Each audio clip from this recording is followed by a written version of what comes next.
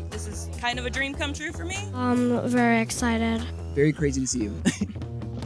In the 90s when I was a kid, these were everywhere, and they were probably my most favorite book series of that time. There's like a couple authors that are like the pillars of getting me to read when I was a kid.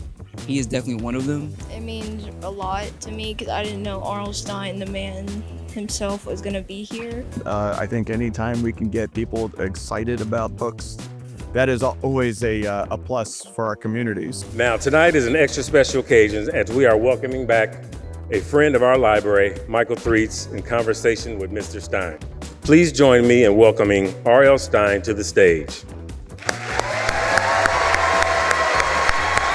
How does it feel knowing that children that read your books years ago are now reading the same stories with their children? I'm so lucky, right? I get to scare a lot of generations.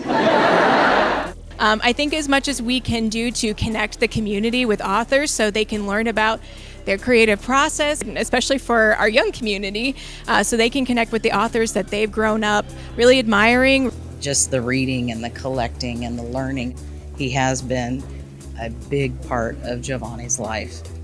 We are truly blessed that the library was able to make this happen. It was a dream come true for him.